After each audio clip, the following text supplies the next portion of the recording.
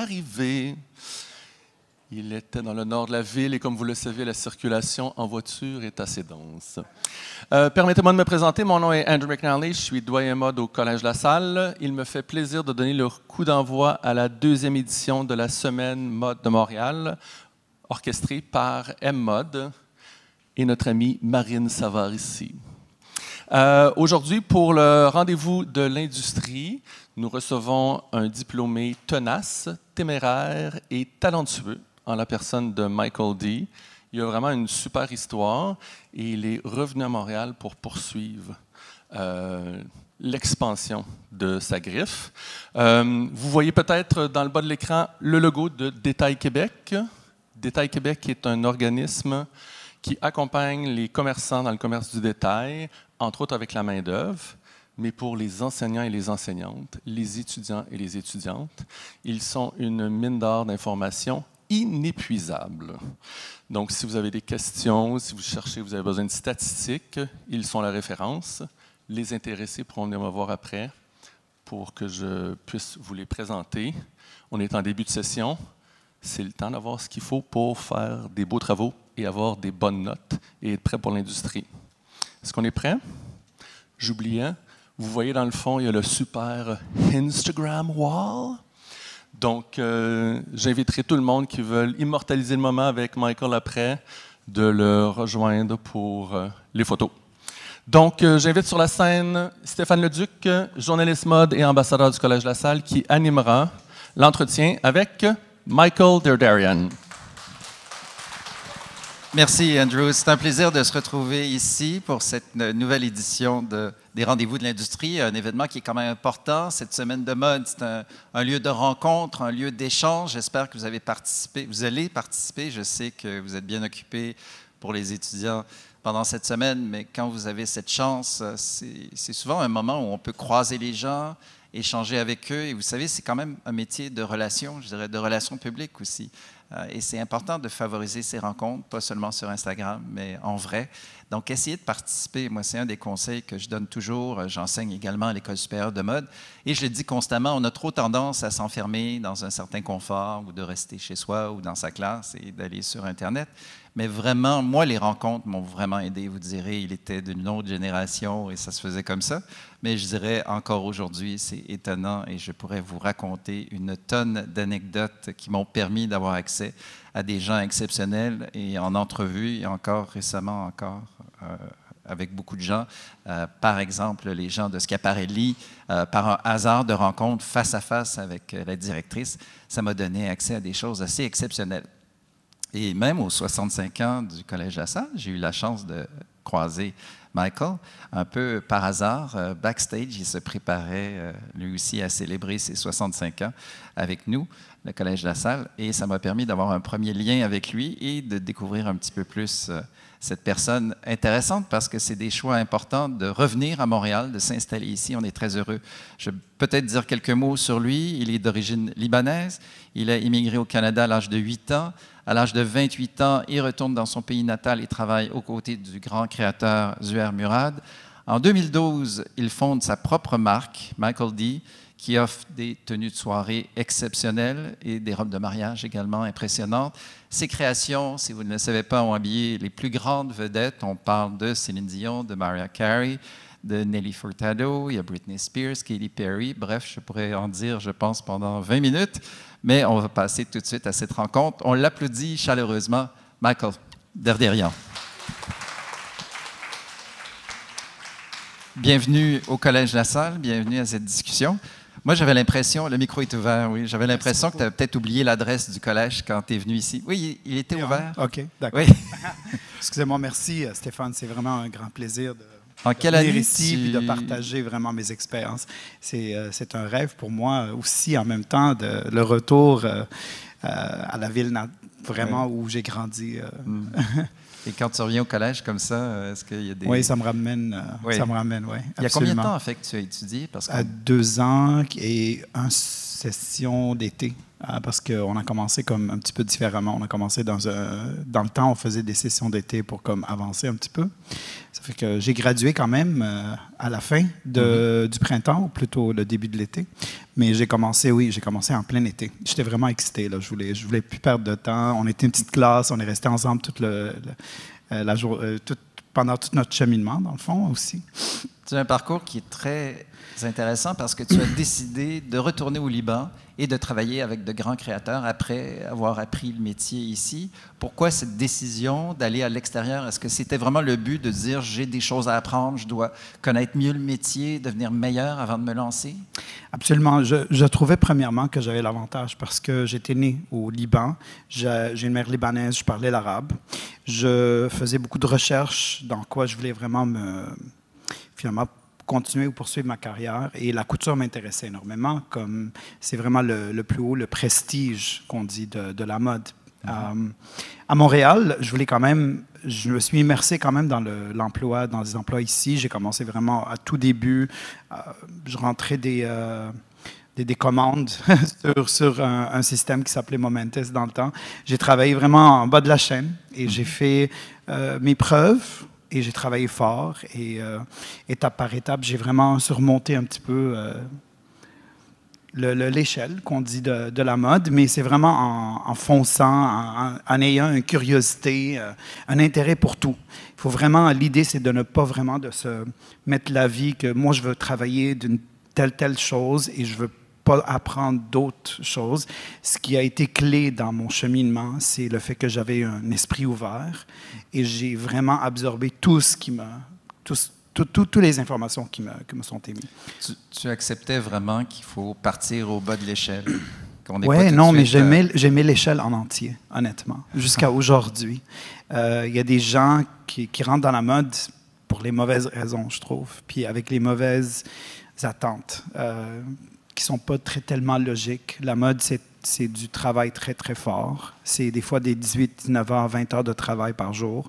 C'est des voyages, c'est pas des voyages business class puis des front row seats. C'est pas du tout ça. C'est 5 valises, 30 kilos par valise, 5 villes en 7 jours. C'est vraiment très dur. Même au point où je me suis rendu présentement, c'est difficile. C'est difficile physiquement, psychologiquement, le stress, tout ça. Il faut vraiment être apte de pouvoir adorer ce qu'on fait, vraiment pour qu'on oublie vraiment ce genre de choses. Mais c'est comme je t'avais dit, j'ai vraiment fait mon cheminement ici, j'ai travaillé fort, mais à un moment donné, il y avait comme un mur devant moi, ce que je ne trouvais pas vraiment une sortie. Que j'ai regardé un peu mes options, puis j'ai vu que l'économie, ça allait pas bien dans le temps aussi au Canada. La mode, c'était vraiment difficile. Les travaux, le travail qu'on trouvait dans la mode, c'était vraiment... On avait quand même un échelon qu'on se rendait, et à un moment donné, on pouvait plus vraiment percer parce qu'on avait celle qui était à 40 ans de senior de nous, vraiment. Et là, j'ai décidé vraiment de poursuivre un peu la couture. Je me suis dit, je vais essayer. J'ai été en vacances au Liban. J'ai fait application pour 5 créateurs de mode. Les 5 m'ont accepté parce que, d'ailleurs, j'avais l'expérience internationale. J'avais l'expérience La Salle.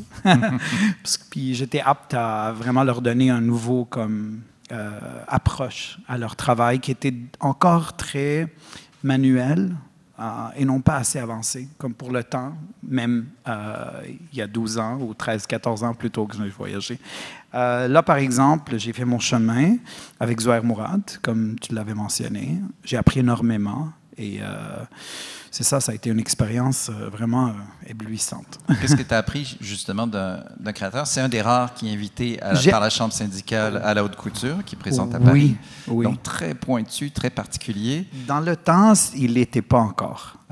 Et dans le temps, on n'avait même pas habillé Jennifer Lopez encore. C'était moi vraiment qui avait apporté la première robe qu'elle a portée au Met Gala de Zouhair Mourad. Je l'ai même amenée moi-même personnellement chez elle. Mais l'idée, c'était que j'ai appris d'avoir confiance en soi, ce qui était vraiment le plus grand leçon. Parce que j'étais backed up avec un créateur, j'avais ça en arrière de moi, j'avais vraiment le pouvoir de comme vraiment foncer, parler avec toutes sortes de clients, de faire un gros network, de parler avec les distributeurs de tissus, etc., les broderies. Je me suis lancé comme avec beaucoup de passion, beaucoup de curiosité aussi en même temps. Et j'avais ça en arrière, je me disais, je travaille pour une grande marque. Là, je peux vraiment comme faire ce que je veux. Je peux vraiment comme foncer. Ça m'a donné cet esprit-là de vraiment comme d'expérience et de confiance en soi. Et tu avais le talent, je dirais, pour le faire. Il y avait cette confiance, du moins que tu avais le potentiel de te lancer dans l'aventure. Bien, c'est sûr qu'il faut toujours avoir un goût nécessairement dans la mode. On est tous aptes à faire... je veux dire, quand on a cet intérêt-là, c'est inné un peu, je trouve. Mais l'idée, c'est qu'il y a beaucoup de gens qui ne se croient pas encore, qui ne sont pas capables de vraiment y arriver ou de prouver à eux-mêmes qu'ils sont capables. Et c'est avec des expériences comme ça, c'est en se jetant dans cette industrie et vraiment de foncer et de travailler sans cesse, sans arrêt, d'avoir la confiance de faire des erreurs, ça va y arriver, mais le succès n'arrivera jamais sans des erreurs.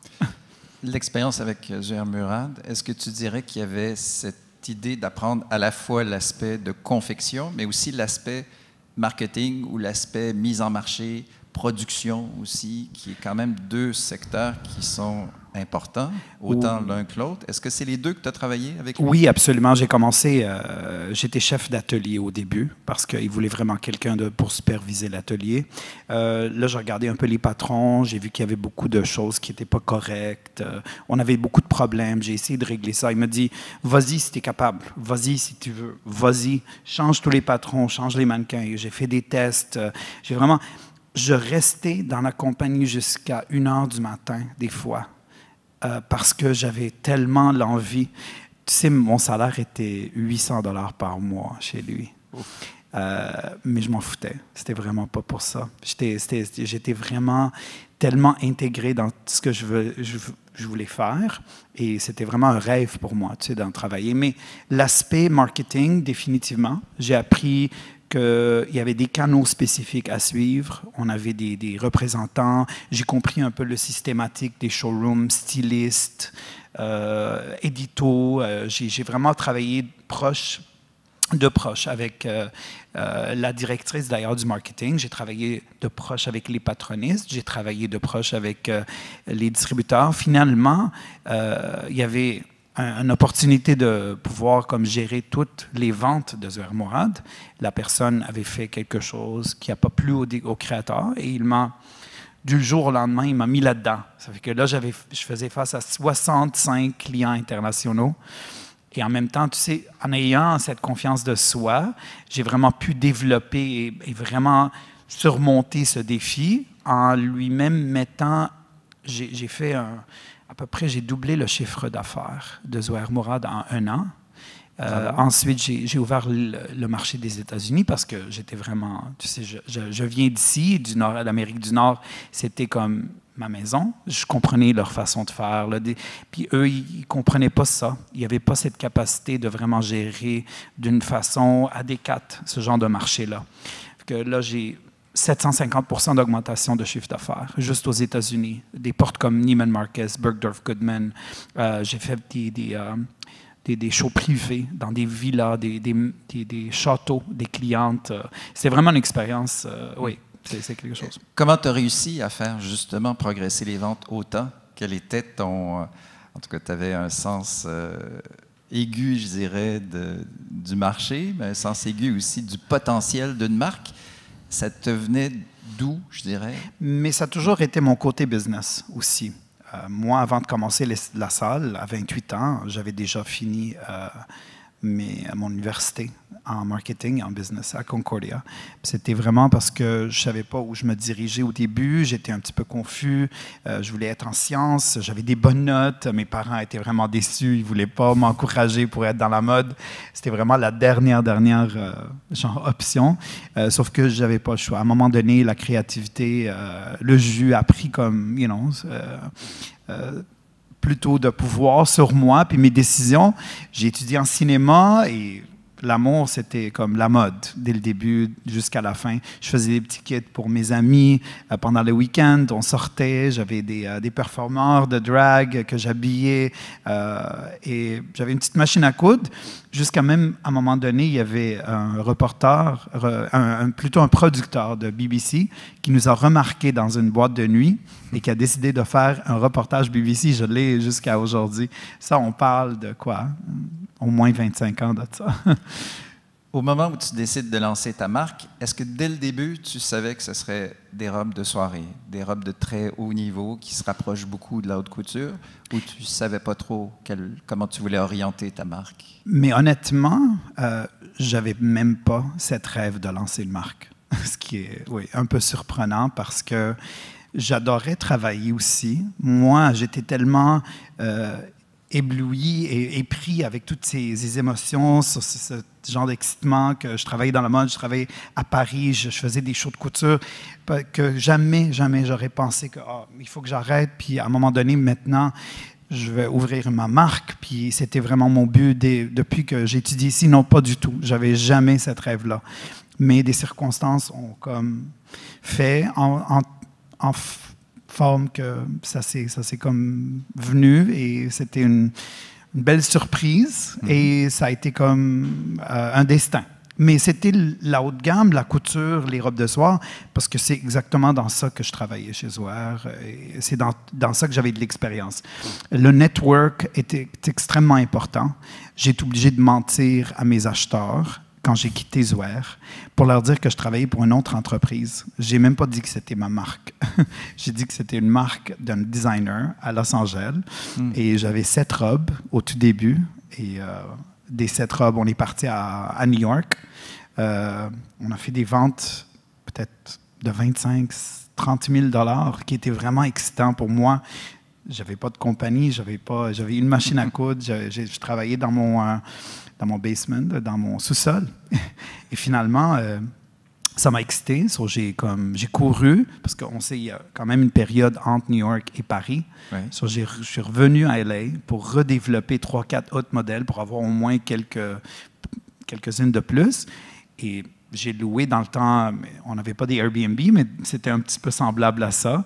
Un petit appartement, rue du Rivoli, 2 stands. J'ai mis des robes, j'ai invité les clientes. J'ai vendu au-delà d'une demi-million de $. J'avais pas d'entreprise, j'avais pas d'employés, j'avais pas enregistré des papiers, j'avais pas de systématique de production, j'avais rien. J'étais Michael avec son basement, avec son sous-sol. Et c'est après ça que tu as lancé la marque véritablement, que tu as donné un nom pour la marque? J'avais pas le choix. Wow! Parce que c'est en 2012 que tu as lancé et ce que tu nous parles, c'est en 2010 à peu près? Non, c'est 2012. Mais 2012, j'ai lancé une marque Pavoni avec mon ami d'ailleurs. C'était pas ma marque à moi. Pavoni a duré peut-être 3-4 ans. Mais c'était en partie, c'était partagé. C'était comme une collaboration. On a fait Mastercard Fashion Week à Toronto. D'ailleurs, je pense que je t'ai rencontré dans ces temps-là aussi. Oui, c'était l'époque de Dress to Kill magazine. Exact. Oui. Et c'est ça. Mais éventuellement, le partenariat, c'est toujours très difficile. On a chacun un peu notre vision. Mais on s'est comme un petit peu séparés. Et c'est là que j'ai décidé de lancer plutôt ma marque à moi. Mais j'avais déjà le structure, j'avais déjà le network. C'était le même esthétique. Dans le fond, c'était moi le créateur. Lui, il était en rôle plutôt de marketing, etc. Mais je trouvais pas qu'il était assez sérieux, tu sais. Parce que moi, je travaille, genre, j'arrête pas. Là. Hier, je me suis endormi à 3h30, 4h du matin. You know? Je me suis réveillé à 7h30 ce matin. Oui, la préparation. On est content que tu sois là d'ailleurs parce que c'est une période intense. Tu étais à la Fashion Week de New York aussi. Oui, c'est une période. Je viens d'arriver de New York aussi. Dans la mode, en ce moment, c'est beaucoup de travail et merci de prendre le temps avec nous. Mais merci. Je m'en vais ce soir même à l'aéroport. Oui. Wow.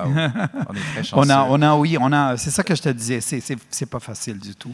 Une question qui peut sembler anecdotique, mais pour les gens qui étudient aussi dans ce domaine, ou même qui l'enseignent, comment tu as réussi à produire ces premières commandes qui arrivaient comme ça, où tu étais tout seul, et là, tu as une commande de plusieurs milliers de dollars, et il faut la livrer aussi? Tu dois avoir des papillons en même temps que tu étais heureux que les gens aiment tes robes. Mais avec les commandes initiales venaient aussi des prépaiements, ce qui m'a aidé un petit peu financièrement. Parce que la compagnie, l'entreprise telle qu'elle, elle n'avait jamais eu de prêt, de banque. C'était vraiment, dans les tout débuts, strictement financé par moi. C'était une petite voiture que j'ai vendue pour créer les 7 robes, là, c'est tout. Mais ça m'a aidé un petit peu à me pousser. Mais j'avais des connaissances déjà avec Zohar Mourad. Je me suis approché à certains tailleurs, couturiers d'ailleurs, qui travaillaient pour lui ou pour d'autres marques libanaises. Il y en a beaucoup au Liban. Et je les ai offert des options de travailler comme à la pièce. Et là, j'ai loué un petit endroit, vraiment un autre sous-sol au Liban, et je me suis établi. Tu as vraiment créé une équipe autour de toi rapidement. J'avais pas le choix. Ah, c'était bravo. vraiment, oui. Parce que c'est... Puis j'avais des stress. deadlines, là. J'avais comme 2 mois et demi pour faire des livraisons aussi. Ça fait que j'avais pas beaucoup de temps, disons. C'est pourquoi je posais la question. Par la suite, après avoir ouvert dans des showrooms, des salles de montre dans plusieurs villes, tu décides plus récemment, et ça c'est une bonne nouvelle pour nous, de revenir à Montréal. Et je me demandais qu'est-ce qui t'a décidé de revenir ici et d'ouvrir cette salle de montre, de se dire qu'il y a, j'imagine, de la place pour des gens comme toi, avec des créations qui sont quand même très pointues, très spécialisées. Oui, mais la salle de montre, c'est vraiment un petit peu plus le cerise sur le gâteau qu'on dit. Mais j'avais toujours le rêve de revenir chez moi, parce que je me sentais toujours à Montréal comme si c'était chez moi.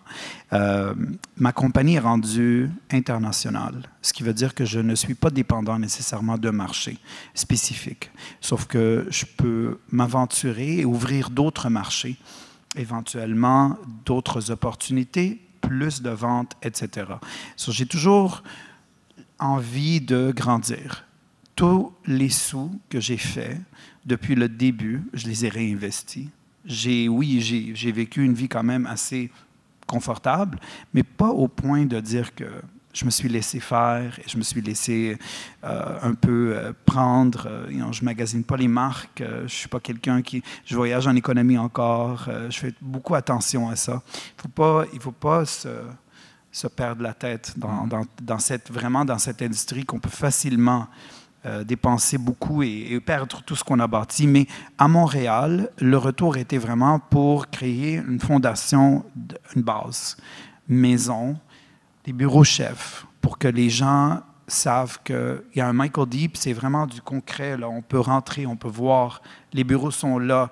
Parce qu'au Liban, on était un petit peu dans la balance. J'ai voyagé beaucoup, j'avais les États-Unis, j'ai ouvert Qatar aussi récemment avec un magasin chez Printemps, mais l'idée, c'était vraiment je voulais avoir le sentiment d'une stabilité. Et c'est ça que Montréal m'apporte. Plutôt que juste cibler le marché montréalais ou canadien, qui va d'ailleurs être ciblé, c'était vraiment pour me stabiliser, pour créer ce genre de façade que, éventuellement, investisseurs pourraient venir, médias, etc., clients éventuels.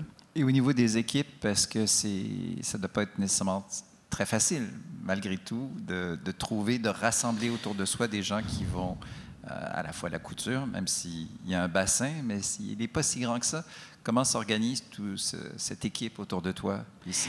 Mais présentement, ici, l'équipe au Liban, elle est vraiment très bien organisée. C'est des connaisseurs, c'est l'artisanal aussi. C'est un marché qui nous permet d'avoir beaucoup de main-d'œuvre. Au Canada, ça va être différent. Ça va être plutôt d'acquérir des gens avec de l'expérience, une ouverture d'esprit, de la connaissance de marketing, la nouvelle génération qui est vraiment très enthousiaste pour rentrer dans ce domaine-là, qui peuvent apporter énormément d'ouverture d'esprit, d'opportunités, de nouvelles options pour la compagnie. C'est ce que je recherche ici. Je recherche une nouvelle façon de penser, une nouvelle façon de procéder. Et je ne pourrais pas faire ça tout seul toute ma vie, bien sûr. Et ça va me prendre ça éventuellement. C'est ça, ça fait partie de la stabilité que je recherche. Parle-nous, on voit ta dernière collection et peut-être nous dire l'inspiration et comment tu développes tes idées, parce qu'on voit que tu as le sens des affaires, que tu comprends le système, comment il fonctionne, tu es très débrouillard, tu travailles fort. mais la création reste un élément qui est, j'imagine, ton bonbon, si on Absolument. veut. Mais la création, c'est un mélange de tout. Hein? C'est un mélange d'influences. Il y a une partie, mon origine, mes origines plutôt, l'esthétique de ma mère, de mes parents, de notre entourage. Au Liban, c'est quand même, la couture, elle a toujours eu quelque chose de très important. J'ai lu récemment que même dans les temps des Phéniciens, c'était eux qui avaient vraiment commencé la tendance de la couleur corail mauve, qui s'est éparpillée. Et on en parle de civilisation vraiment très ancienne, mais de savoir que ça a tout commencé à ce point-là, c'est pas surprenant de voir que dans le ADN de certaines personnes qui sont, et j'y crois fortement, hein, c'est quelque chose qu'on est inné et qui passe de génération à autre, même très subtilement. Cette influence-là, comblée avec l'influence un peu moderne, un peu de l'Amérique du Nord, simpliste, fluide, des lignes un peu plus architecturelles, etc. Et aussi, plus important, le plus important, c'est que je créais pour ma clientèle. Je ne créais pas seulement pour moi. C'est sûr que j'ai une approche, j'ai une façon de faire, j'ai un œil de savoir comment qu'une robe doit comme apparaître et quel genre de robe, quel genre de silhouette, quel genre de look qui pourrait vraiment embellir une femme et créer ce genre de désir, de subtil, mais hyper important. Moi, sans les détails, je ne pourrais pas me considérer vraiment un créateur. Des fois, juste de bouger une couture d'une demi-centimètre, pour moi, c'est une grande différence. Et ça, c'est quelque chose que c'est un œil. Et c'est en ayant cet œil-là, en ayant confiance en moi-même, que j'ai pu développer de plus en plus. J'ai pu apprendre et même avoir des expériences. Bien sûr qu'il y avait des échecs. On n'apprend jamais sans les échecs, mais ça m'a développé ce sens de créativité. Et en même temps, c'est un sens de créativité qui est très fixé, mais accru dans une direction spécifique qui cible aussi la vente. Parce que sans les ventes, je ne serais pas ici. Et pour moi, c'est ce qui est l'idée la plus importante. Il y a beaucoup de créateurs, des fois, qui vont dire non, moi, c'est mon style à moi. Si la cliente, elle veut pas. Si les gens aiment, il y a des gens qui vont adorer. Je peux facilement faire des créations très comme outrageous, extravagante, oui. C'est facile à faire. C'est l'affaire la plus facile. Mais de travailler une robe vraiment simpliste et de créer quelque chose de hyper élégant avec une fit extrêmement bien étudiée, c'est ça le défi. C'est ça qui va apporter, l'expérience va nous apporter ça. Les robes de mariée sont arrivées à quel moment Mais dès le début, les robes de mariée, oui, parce que ça va main à main, je pense, même, one hand and the other. Les robes du soir. Parce que moi, dans le fond, ma clientèle, c'est alentour de cette clientèle, je veux dire, c'est alentour de ces événements-là. C'est plutôt le mariage, principalement. Je dirais même facilement 90% de ma clientèle. Ça tourne alentour d'un fiançailles, mariage, événement, de noces, etc. Ça commence par la mariée. D'ailleurs, à New York, je travaille des familles entières. La mariée, la sœur, la deuxième robe pour la mariée, elle se change. La mère, bien sûr. La mère du mari, la mère de la mariée. Les deux. Ça a créé comme un package énorme. Et c'est vraiment ça qui fait la majorité de mon business, définitivement. Ça commence avec la mariée. Autant les robes que les robes de mariée sont pratiquement du sur-mesure, dans la plupart des cas. C'est la majorité de ta clientèle? Oui, on créait certains styles pour comme un peu mettre nos points de vue de ce qui est la mode présentement, de ce qu'on voit dans le mariage, etc. Ça peut être des lignes géométriques, ça peut être des fleurs, ça peut être la dentelle Alençon, ça peut être la dentelle Chantilly, ça peut être du taffetas. Il y a beaucoup... on a passé à travers une phase aussi où il y avait comme une tendance de simplicité, que la mariée, elle voulait quand même quelque chose d'élégant, qui est éternel. On travaillait beaucoup avec les dentelles françaises, Solstice, Sophie Alette, etc. Bon, vous allez en connaître beaucoup d'ailleurs. Et c'est ça, à travers la recherche et à travers comme la clientèle que j'avais, parce que moi, je suis directement avec la cliente tout le temps. J'absorbe énormément, j'entends ce qu'elle veut, je crée en fonction de ce que je vois et j'analyse un peu le futur. Tu as été dans plusieurs grands magasins et je me demandais, on cite entre autres Holt Renfrew, Neiman Marcus, Harvey Nichols, Saks Fifth Avenue. Est-ce que c'est encore important d'être dans ces grands magasins? Mais non, c'est ça l'affaire, c'est que présentement, là, on se retire un petit peu pour créer un genre d'exclusivité pour la couture. Mm-hmm. Il y a une tendance pour l'unique, pour ce qui n'est pas vu. Mes pages Instagram ne sont pas nécessairement pleines d'images récentes parce que je garde vraiment... J'ai une clientèle qui est assez importante, un VIP, et qu'ils veulent vraiment des robes maintenant, une tendance de voir comme personne aurait vu cette robe-là. Dans la ville, personne devait avoir acheté cette robe-là. Mais quand j'ai parlé il y a 2 jours avec une princesse du Koweït, par exemple, sa première question, est-ce que quelqu'un a vu ça? Est-ce que quelqu'un a porté ça au Koweït? Tu vois ce que je veux dire? Ça fait que, oui, c'est un petit peu difficile pour moi, mais c'est important pour garder cette exclusivité-là. Mais les grands magasins, c'est une bonne opportunité pour le prêt-à-porter, mais c'est très difficile à gérer. Il y a beaucoup de logistique dedans. Il y a aussi énormément de sacrifices. Il y a des magasins qui demandent, par exemple, un pourcentage de vente avant vente de 65 à 70 %. Sinon, on est obligé de rembourser de l'argent à ces magasins-là. Oui. Et en plus, quand que les magasins tombent en rabais, ils nous demandent nous-mêmes de mettre le rabais. Ce qui veut dire que quand une robe est à 50 % par exemple, nous, on est obligé de remettre un 50 % du prix de vente de gros, sur nos vêtements qui sont encore dans les magasins à grande surface. C'est que pour moi, c'était devenu un petit peu trop difficile, financièrement, logistiquement, etc. Mais je garde quand même les points de vente importantes, prestigieuses. Mais ces points de vente-là, on a une entente avec eux.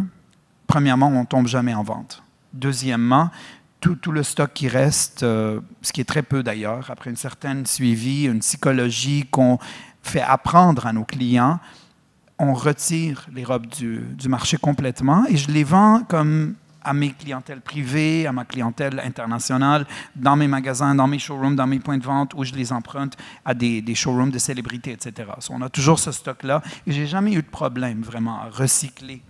Et là maintenant, avec l'opportunité de Montréal, on va en parler tantôt, mais ça va être aussi de créer un système de location de vêtements, robes haut de gamme, que normalement, on ne pourrait pas aller débourser nécessairement 15 000 – 20 000 $ pour une robe, mais on pourrait facilement la louer pour 3 000 ou 4 000, ce qui est l'équivalent d'acheter une robe qui n'est pas nécessairement au point à ce niveau-là. Donc, tu sens qu'il y a un marché pour ça, la location, et que tu vas vraiment le développer et le faire? C'était justement la question qui Oui, je vais en parler maintenant parce que c'est quelque chose sur laquelle que Montréal, d'ailleurs, va être fondé, et bientôt New York. En ayant le showroom à Montréal, ça va me permettre aussi de faire cette opportunité-là, parce que j'ai beaucoup de mariés, par exemple, à New York, qui veulent juste pas garder leur robe de mariage. C'est pas une question qu'ils veulent pas dépenser de l'argent. Ils sont prêts à dépenser, un petit peu moins peut-être, pour créer une pièce exclusive, mais ils ne veulent pas la garder. Ils veulent la redonner. Que l'option, ça m'a comme... J'ai fait un test, ça a très bien fonctionné. Je me suis dit, avec ce stock-là, je ramène aussi le stock à Montréal. Je fais des opportunités. On est tellement multiculturel ici que la robe, elle va faire tellement une variété de clientèle, d'ethnie, etc., que j'aurais pas de problème. Et en même temps, bien sûr, c'est très bon pour l'environnement, ça crée un genre de sustainability qu'on dit, oui, puis c'est important pour nous, parce que c'est des robes-là qui sont faites, il y en a certaines avec 1200, 1500 heures de travail à la main. Déjà là que c'est du travail à la main, bien sûr que ça encourage l'artisanal, ça encourage aussi, parce qu'on travaille beaucoup avec l'Inde par exemple, on a des ateliers, les mêmes qui travaillent pour Oscar de la Renta, pour Armani, pour Valentino, qui créeront pour nous aussi les vêtements brodés. Ça, c'est avec mon network chez Zoé Moura, d'ailleurs, que j'ai hacké beaucoup de ces expériences-là. Et je voyage beaucoup aussi dans ces pays-là pour vraiment aussi développer ce genre de choses. Mais oui, c'est ça. À l'heure actuelle, comment tu développes ou comment se développe la notoriété, c'est-à-dire aussi de l'entretenir? Et je voulais parler un peu du phénomène des célébrités à travers ça. Mais peut-être avant de parler des célébrités, ou même on peut en parler maintenant parce qu'il y en a eu plusieurs, est-ce que tu as senti qu'il y avait, là on voit une robe de mariée qui était ça, c'était mes débuts en Chine d'ailleurs. C'est ce qui a lancé mon marché en Chine. Ah oui? C'est un grand célébrité qui s'appelle Jay Chou. C'est le Michael Jackson, Justin Bieber un peu de la Chine. C'est un talent extraordinaire. Il n'y a pas vraiment une personne chinoise qui ne connaît pas ce nom-là. J'ai eu le privilège de travailler avec eux sans savoir qui était. Et oui, ça a été un de mes plus grands projets d'ailleurs et celui qui était le plus payant. Ça m'a permis de vraiment comme lancer aussi mon travail en Chine. Du jour au lendemain, tout le monde connaissait la marque. C'était vraiment incroyable. C'est un marché qui se développe pour toi? Tu sens que... C'était très bien développé, oui. Mais récemment, avec le COVID, ça s'est re-rapetissé, comme la guerre aussi en Russie, qui nous a affecté beaucoup. D'ailleurs, le COVID a apporté énormément de changements dans notre systématique, dans notre façon de penser, dans nos ventes. Oui, ça nous a fait analyser beaucoup de choses. Mais l'Asie reste toujours un point important, mais pas encore, on n'est pas de retour au moment qu'on avait avant le COVID, encore. Oui, et c'est le cas de toutes les grandes marques de luxe, d'ailleurs, à l'heure actuelle. Exact, mais on fonce sur les célébrités en Asie parce que c'est ça qui est important. On a habillé Fan Bingbing aussi récemment sur le tapis rouge de Cannes. Oui, le fameux Céline Dion. Et oui. Mais il était dans son... J'ai été voir le film récemment. Je ne savais même pas que la robe était... Mais parce qu'il y avait quand même, je ne sais pas, dans son documentaire, il y avait quand même une partie qu'on a montrée dans le documentaire. Puis j'étais vraiment comme... J'avais la chair aux poules. J'étais vraiment très comme heureux, content de le voir. Jusqu'à ce temps-là, je n'avais pas encore vu le vidéo, imagine. J'avais vu des photos, mais je n'avais pas vu l'entrevue qu'elle a fait. Je n'avais pas vu une vidéo telle quelle. Puis ça m'a fait comme, c'était quelque chose, un moment. Oui, surtout que c'est quelqu'un qui est exigeante, qui aime beaucoup la mode, qui a un œil très avisé. Oui. Ça se fait à travers les stylistes. C'est vraiment eux qui Oui, on a travaillé. ce lien avec exact. les célébrités. Mais on a travaillé avec Céline à plusieurs reprises. On a fait... elle a fait son show de Las Vegas. On travaillait avec Annie Orth dans le temps, qui était son styliste. Tu la connais Annie sûrement, qui a oui. au collège bien sûr, aussi. Oui. Et elle l'avait habillé pour quelque chose, des publicités pour le show, etc. à Las Vegas. Et finalement, quand elle a changé pour Law Roach, qui était une de ses premières d'ailleurs robes, c'est lui directement qui nous a contactés. Il s'est intéressé. C'était, du hasard, vraiment. Une autre célébrité bien connue. Elle est avec moi depuis très longtemps. C'est formidable. C'est juste une des robes qu'elle a portées. D'ailleurs, je l'ai montrée parce que c'est la robe qu'elle a portée pour le show à Montréal. Le dernier qui était pendant le show de Noël. On avait fait quelques versions de ces robes, mais on travaille avec elle depuis au-delà de 8 ans. Et presque à tous les années. Ouais. Et tu sens que ça a un impact qu'une célébrité fait augmenter les ventes ou entretient du moins la notoriété, ça sûrement? Exact. C'est pas vraiment les ventes. On ne vendra pas une robe parce que c'est rare, ça arrive. D'ailleurs, récemment, ça m'est arrivé aussi. Une célébrité indienne qui a porté une robe qui a été sur Cannes, qui a été vendue à une famille très... de Toronto. Et elle a acheté la robe telle quelle parce qu'elle avait vu sur la célébrité. Elle a adoré. Ça, c'est dans les débuts avec Britney Spears. Quand la fameuse photo de Britney, pour les Teen Choice Awards, ça, c'était quelque chose aussi. Oui. Et on sait que pour une jeune marque, là, c'est important. Dans le temps, oui, c'était 2015. Tu vois, c'est même écrit là-dessus. Oui, la couverture, John Collins, Vogue en Espagne. Oui. Encore un moment, mais pas la couverture, mais plutôt un éditorial. Qui a marqué une génération que peut-être les étudiants ne connaissent pas ici, mais qui a marqué vraiment... Ceux qui connaissent. Phénoménal. Oui, John Collins, c'était vit en Angleterre. Knots Landing? Oui, ça c'est un autre moment. Là. Quand j'ai vu ça, c'était quelque chose. Parce qu'on c'était spécialement pour la campagne du parfum de Lancôme. Oui, mais il y avait plusieurs versions de photos. Ça, c'est une des versions, mais on voyait quand même la robe dans plusieurs, même là, dans les publicités de télévision, etc. Mais c'était quelque chose de vraiment comme... Je ne m'imaginais pas. Parce que on ne pouvait pas prendre un taxi, on ne pouvait pas passer par un duty-free, on ne pouvait pas aller comme 1 kilomètre sans voir cette image-là. Puis pour moi, c'était vraiment... Oui, c'est sûr que on n'avait pas notre nom écrit, puis c'est Michael D. qui a fait la robe, mais c'était quand même un grand moment pour moi, personnellement, au niveau personnel, au niveau esthétique. J'ai trouvé que c'était une très, très belle aperçu. On pourrait défiler plusieurs célébrités, mais je pense qu'il serait bien et surtout parce qu'il y a la relève qui est dans la salle. Oui. Toi, tu dirais, avec une entreprise comme la tienne, tu prévois avoir des gens, des stagiaires, des gens qui vont venir, que tu vas aller chercher un peu dans cette nouvelle génération? Oui. Pas juste des stagiaires, vraiment, de développer vraiment une équipe jeune, parce que j'y crois fortement. Qu'est-ce que tu recherches, tu dirais, ou quelles sont les qualités requises que tu aimerais dans ton équipe? Pas nécessairement des postes en particulier, mais qu'est-ce que tu rechercherais? Mais les candidats, en général, je pense que c'est quelque chose qu'on regarde. Ce qui est important pour moi, c'est la pensée analytique, logique. Quelqu'un qui est capable de prendre des décisions rapidement, quelqu'un qui a confiance en soi, quelqu'un qui a de l'ambition, du drive, et qui est prêt à faire les heures sans aucune hésitation. Il y a leur professionnel, bien sûr, et bilingue, préférablement, parce que notre industrie est rendue vraiment très internationale. Mm-hmm. C'est ce que je recherche le plus. Le talent, je suis certain qu'elle est là, c'est sûr. Puis ça va dépendre des postes aussi. Il y a des gens qui vont travailler plutôt dans le marketing, qui est très important pour moi, parce que c'est quelque chose que je veux vraiment plus foncer. Je veux devenir... à l'interne. Je reçois des emails à tous les jours, des stylistes, des photographes, des célébrités, etc., des éditoriales, des médias, mais je n'ai pas vraiment le main-d'œuvre en ce moment pour combler tous ces besoins-là. Et ça va être important pour moi de trouver ça. Mais je ne recherche pas nécessairement des gens qui ont de l'expérience. Je veux donner l'expérience. J'y crois fortement de la même façon que moi j'ai grandi dans ce domaine-là. Quelqu'un qui est prêt à absorber, une éponge vraiment, là, qui n'a aucune attente, qui est vraiment dans le nitty-gritty, qui veut travailler, qui veut voyager, qui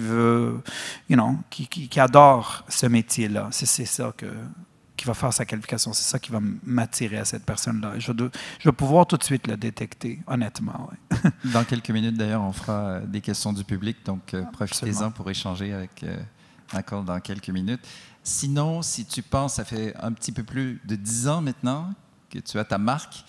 Oui, ma marque Michael D, dans les environs de 8 ans et demi, on va célébrer bientôt le 9. Ça va être la collection Resort qui va créer, parce que je me rappelle ma première collection Resort, parce que j'ai habillé Giuliana Rancic dans le temps, pour les awards. Elle a fait le tapis rouge, des entretiens avec le tapis rouge, mais ça a vraiment comme... était un impact important. Là, elle était sur la télé dans le temps de dans le temps de John j'allais dire Rivers, mais c'est Collins. C'est ça, oui. John Rivers, pas John Collins. Est-ce que tu dirais que tu es à un moment où tu te sens tout à fait à l'aise et heureux de ce que tu as accompli jusqu'à présent? C'était ma question. Oui, on n'a pas le choix de se sentir heureux. Moi, je suis quelqu'un de très optimiste. D'ailleurs, c'est important de l'être dans cette industrie-là. Il faut toujours voir on dit « the light at the end of the tunnel », mais comme une percée de lumière qui va toujours nous donner l'envie de continuer. On va vivre beaucoup plus de malaise, de souffrance, de leçons apprises, mais le résultat va être beaucoup mieux dans l'éventualité du temps. Il faut toujours se croire. Il ne faut jamais se laisser faire. Il y a des gens qui m'ont demandé, tu crées ta collection, tu dépenses énormément d'argent, tu vas à Paris, on parle au-delà de 30, 40, 50 000 des fois de dollars dépensés, et j'ai aucune idée de la réaction des gens, des acheteurs, des clients avec ces collections-là. Ils me demandent comment tu fais. J'ai dit, j'ai jamais pensé à ça. J'ai jamais pensé que j'avais peur des réactions. Tu vois ce que je veux dire? Oui. C'est qu'on ne peut pas penser de cette façon-là. Il faut vraiment se mettre une discipline dans notre tête, de voir vraiment les choses à son positif, de foncer, de comprendre, d'apprendre et de travailler pour y arriver. Très bien. On va passer aux questions. Et on a mis des micros. S'il y en a qui ont des questions, ne vous gênez pas et vous pouvez les poser en anglais si c'est plus facile pour vous. D'ailleurs, tu parles plusieurs langues, tu me disais. Oui, 5. 5 langues, c'est formidable. Couramment. Couramment en plus. Et ça veut dire Mais que je lis et j'écris l'arabe d'ailleurs, qui était très important pour moi. Parce que j'avais quand même une clientèle importante dans les pays arabes qui m'ont beaucoup aidé aussi. Je ne sais pas s'il y a déjà une personne où on attend. Je ne parle pas le chinois, par exemple. C'est un rêve. Mais... Est-ce que c'est la prochaine étape? Oui, peut-être. C'est difficile, par exemple, à mon âge. Est-ce que les gens, en attendant Ah, il y a une question. Génial. Hi. I just wanted to ask, what do you think is the most important aspect of your brand for your Eastern markets? Sorry, I can't hear you. I think you're... Do you have a mic, or could you maybe a little bit louder? The most important aspect can you hear of... me yeah. now? Oh, yes, a little bit closer. I was just asking, like, what do you think is the most important aspect for your clients, like your brand aspect? Oh. What's the most important aspect for my clients? Yeah, like for your clients in the Middle East and Asia more specifically. Like, what do you think about your brand makes them so attracted to what makes them attracted to your brand? So you mean, in a sense, like what is how am I gaining that client base, and what is it that is in my aesthetic or my style that is attractive to them? Yeah. Well, as I was saying earlier, really the idea is to study the female form, most importantly, to understand it and to be meticulous in every little detail that we put into that dress. As I was mentioning earlier in French, but sometimes a centimeter or two, for me, make a huge difference. Now, I always like to be ahead of fashion. I always want to be an avant-gardist, but I don't want it to become something that they don't understand. So I am almost like making them understand a new wave, a new phase, but calmly, not by shock, right? Because my customer base goes to a wedding. They have family, they have family members. They cannot be overtly sexual. They cannot look like they're coming out of a theater production. That I've realized, So understandably, they kind of gravitate towards my pieces because they can imagine themselves wearing them, which is really difficult for a designer to achieve, right? It goes without saying that I had to train to get to that level, right? Ideas will flow, but how can you make it in such a way that the client can stand in front of the dress and say, you know what? I could totally imagine myself wearing this exact piece for my event. And that, for me, was the challenge. And that became the most important factor that attracted the customer base to my dresses. Okay, thank you so much. Understanding your customer is the most important thing you could ever do. It doesn't have to be the evening wear part. It doesn't have to be, it could be kids wear. It could be kids wear, like, what are you looking at? You're looking at parents, you're looking at, cute elements, you have to always kind of think outside of the box and at the same time understand and know what it is that you can bring that would make it, wow, I want this, I desire this. I cannot have it just sitting there. I really want to purchase it, Merci. Thank you. I was wondering, since you said you were looking potentially for interns, like how would one kind of like apply to that position, or what would you be, kind of looking for? Yeah, definitely. I'm looking for interns in Montreal because obviously this is a brand new venture and I really want to work with people, specifically graduates of the fashion schools, mainly LaSalle, I would say.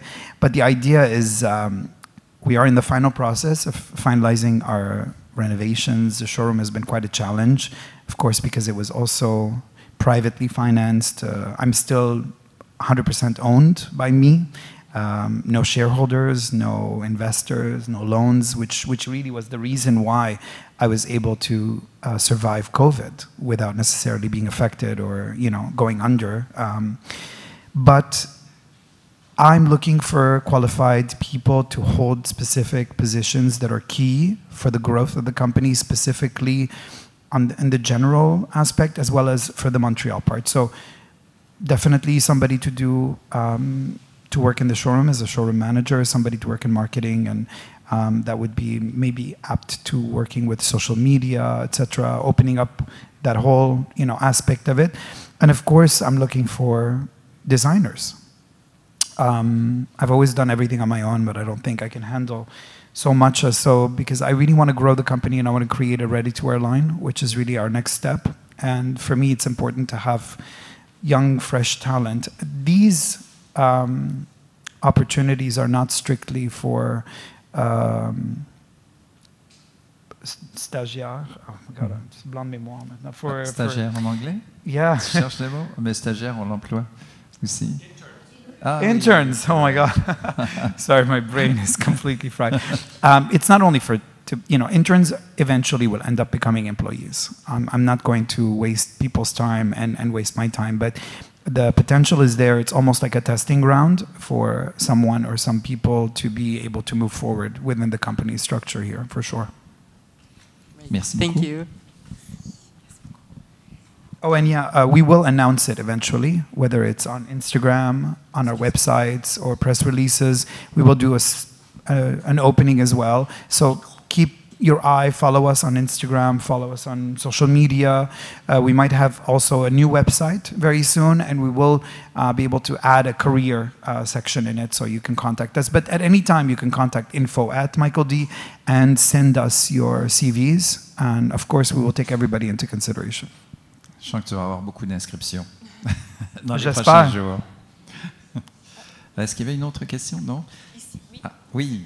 Hi, I wanted to ask you, how do you handle criticism from the public or your customers? Oh, I love criticism. I really, really feed off of criticism. I actually like to hear the feedback.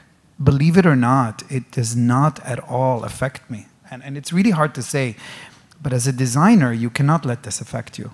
You're at a learning curve at every step. Every collection is a new learning opportunity. It's a new lesson. And the most important part of this journey is criticism. Of course, you take into account many factors. People have to say what they have to say. A lot of it will be like, oh my God, this is so gorgeous. Oh my God, this is so beautiful. And that just becomes a little bit repetitive. But what I love to hear is critical thinking. And that comes from my customers when they're trying the dresses. They're like, oh, this part is really bothering me and it's like annoying. Or I can't really walk in this dress. Or, oh, this is a little too shiny. I look like a disco. You know what I mean? Like, there's elements that I take constantly, but I'm never affected by it. Because at the end of the day, you should let this be an opportunity for you to learn. And rather than be closed-minded, which I've seen many designers be, by the way. And that's disappointing for me, and that I don't understand. You can't have such an ego as a designer. It's impossible. You have to be a man of the public or a woman of the public, because the idea is you need to understand your customers, you need to be on that level with them, you need to absorb all of these comments and feedbacks, and that helps you develop next collections.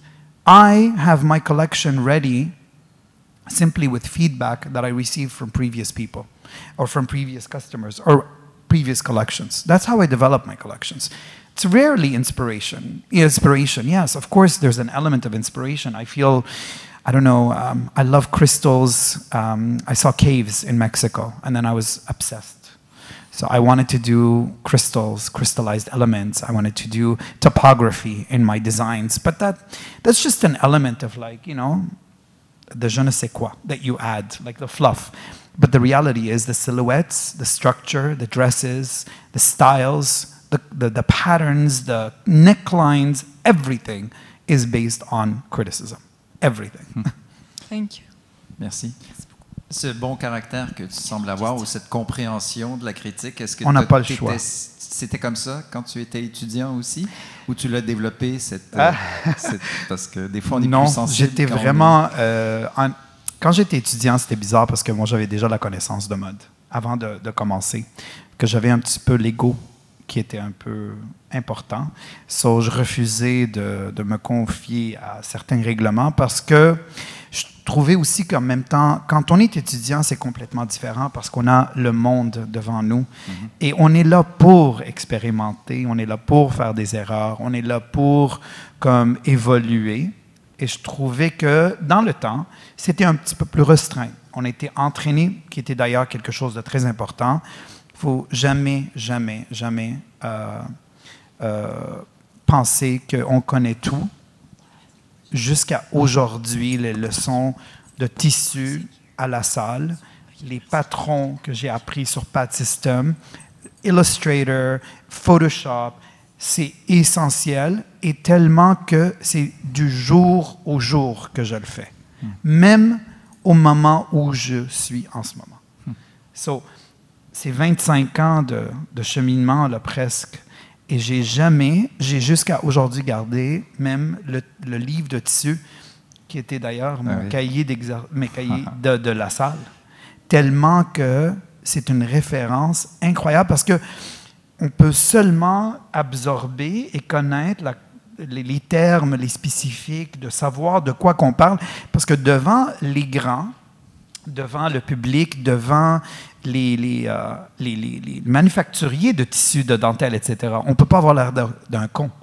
Il faut avoir une certaine connaissance pour se faire respecter. Sinon, on est tassé complètement. Ah, c'est un nouveau étudiant. Ah, c'est quelqu'un qui n'est pas sérieux. Mais quand on rentre dans cet environnement-là, il faut vraiment utiliser les bons termes, savoir-faire important dans la mode, qui est d'ailleurs acquis ici à l'école à cause de ces expériences techniques-là. Très bien. Une autre question, oui. Hi, my name is Jenny Fayomi, and I'd love to know, since you got into styling, such important people, do you think you'd have any experience you wish you'd gained before stepping into the spotlight, I guess? Or is there any experience you learned before you started, I guess, styling and designing for more known people? Well, the idea is that I don't really style any of these celebrities. So their stylists are the ones that do the hunting, right? So they have approached us. I mean, I've been lucky enough to have been approached because a lot of people, they can wait and wait and wait. But in a sense, yes, there is a bit to do with the aesthetic that was probably something very attractive to them for specifically those red carpet events and stuff. But the idea was that you get thrown into this, right? There's no practice, there's no ways of doing it, there's no right or wrong, and mentalities and stylists change across the years. So you have to constantly shift your way of thinking. You have to constantly understand, them and be able to cooperate and collaborate and do things what they ask you to do or whatnot. But it's not something that you can sort of foretell. And each person's experience with this will be completely different. Some people will have it, they will come to you, they will take the dresses, they will put them on the red carpet.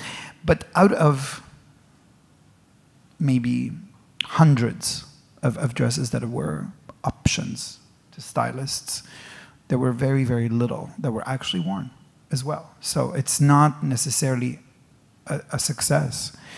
95% of the time, it is a no. You know what I mean? And when it does end up being a yes, we don't even know about it. So again, it's really something that's very... Right now, though, I feel like the industry shifted. I'm sure you guys also have noticed that, but there's a big emphasis on bigger brands, which have kind of monopolized the market and monopolized the styling and the celebrity outreach, which has made it extremely difficult for young up-and-coming talents. Me and my friend who works in accessories, and he's amazingly successful in terms of styling, but his financial status is not as good as you would think he is. He's dressed Madonna, Lady Gaga, Beyonce, higher level, even at their major appearances, covers of magazines. And yet, he just decided to stop styling completely celebrities because they've only brought him very, very bad kind of negative impacts on his industry. They expect everything for free. They want everything served hands and foot, and they want 7 dresses and probably keep them for like 3-4 months. And so it really became quite a difficult thing. It's very challenging right now. Thank you so much. I hope, I don't know, did I answer your question? Sorry, I rambled. Non, bien répondu. Une autre question, je pense, de ce côté. Oui. Thank you very much for coming here and sharing your experiences with us. You've had a wonderful career. I am a photographer. My name is Sebastian Cox. I'm wondering what advice you would give to photographers as a designer. Oh, absolutely, photographers. I mean, my best friends have always been, I was lucky enough to be surrounded by amazingly talented photographers that have started their journey with me. And some of my best friends have actually been one of my main, the people that I've used across many, many seasons in my photography. But photography is really now my biggest priority, to be honest with you.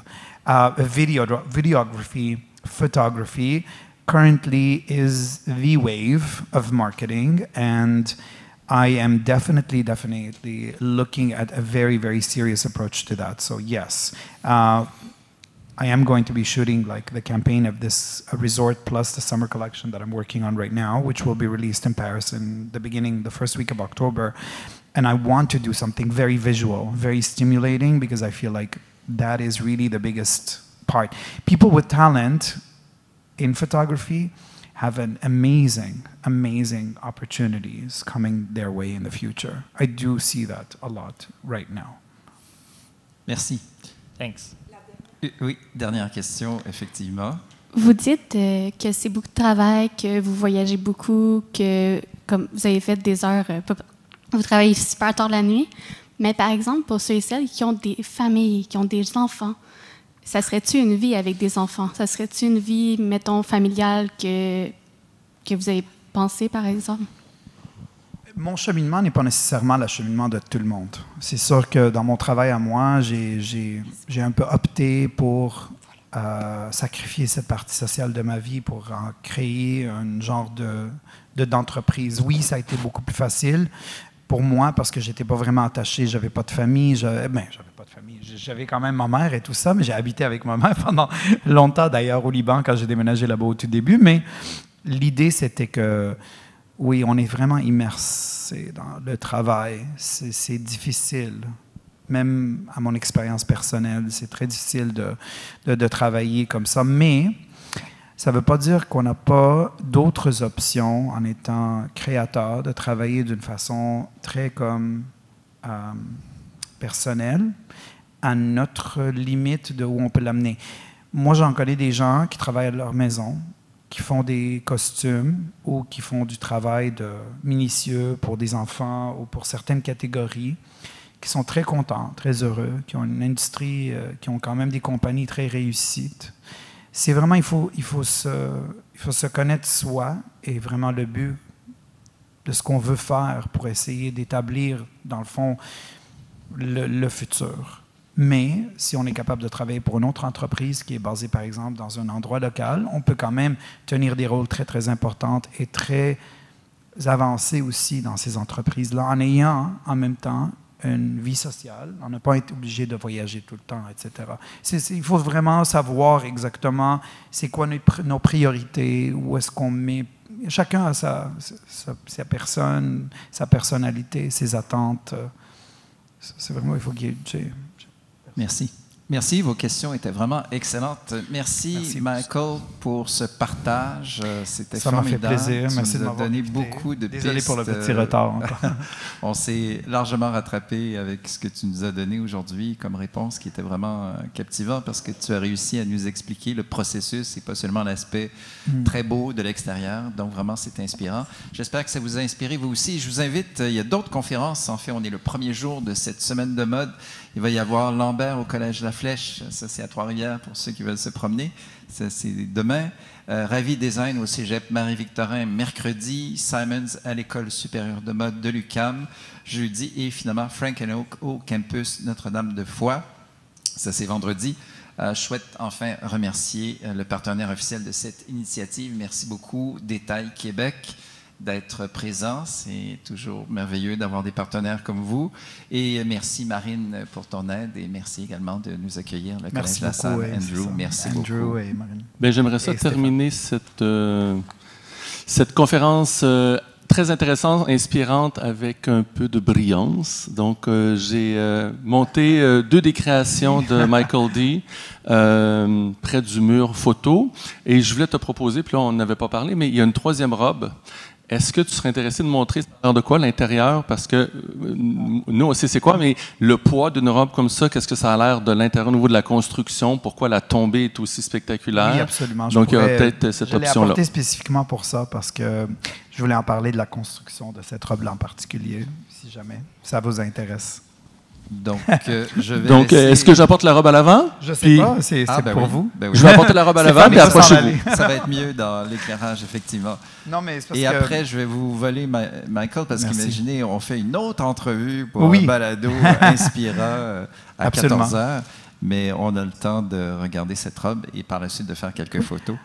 Mais j'ai eu l'idée de cette robe-là vraiment parce que j'avais envie de faire une broderie un peu différente. J'avais envie d'éliminer les coutures dans une robe. Pas pour dire que on s'est éliminé, mais on les a cachées. Si on voit la robe, elle est à 360 degrés. Il n'y a pas de couture du tout, sauf le dos. Là, elle est un petit peu détruite, mais vous voyez comme elle est quand même fitée. Elle a les pinces. Et on ne voit pas les coutures de pince. Ce que j'ai fait, c'est que je l'ai travaillé en panneau horizontal et j'ai créé un patron qui continuait. Et chaque pince, chaque couture, on l'absorbait dans les panneaux. Et comme que la broderie était faite d'une façon horizontale, on n'a aucune couture. Mais la robe, elle moule le corps parfaitement. Aucun détail. C'est pas un tissu ou plutôt une broderie qui est extensible, mais vous voyez que même la couture de côté n'existe pas, les pinces ne sont pas là, et on a quand même une construction, ça c'est un échantillon bien sûr, elle est pas, mais je voulais vous montrer comme le corset, les détails, la ceinture qu'on met à l'intérieur pour vraiment tenir le poids de la robe aussi, parce que c'est une robe qui est faite strapless, mais j'ai apporté parce qu'on n'a pas de doublure non plus, pour voir comment que tout est cousu à la main pour tenir cette forme-là sur le corps et pour que la broderie vraiment moule le corps parfaitement. C'est un petit peu de travail. Il y a comme 850 heures de travail ici. On a à peu près 8 kilogrammes de broderie qui sont dessus, de silène qu'on appelle métallique, d'ailleurs, en couleur. Fait que là, la robe, elle doit peser environ 25 livres. 25 livres? Je ne sais pas, je la connais en kilos. Non, mais le poids de la robe est exactement presque le poids de la broderie. Si on a 7 kilos de broderie, on a à peu près 8 kilos de robe, pas plus. Mais oui, c'est du travail très minutieux, à la main. C'est travaillé et non pas à l'endos, à la surface. Il travaille chaque pierre dans l'aiguille avec des lignes prédéterminées, avec des panneaux prédéterminés que d'ailleurs après, on assemble horizontalement, à la place de le classique qui est vraiment de trouver les coutures sur le côté, des pinces, etc., sur l'endos. Ça ne veut pas dire qu'elle est extensible, elle est vraiment très rigide, mais elle est formée exactement de la façon, elle est moulée au corps exactement, avec tous les pinces et tous les coutures inclus en forme horizontale. C'est un défi. Ça a été porté à Cannes, d'ailleurs, cette robe-là. Oui.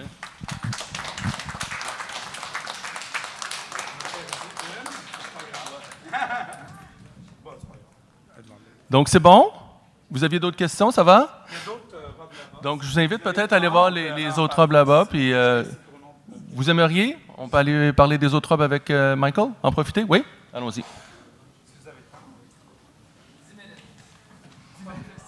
Bon. Bon, le patron le duc, là, qui...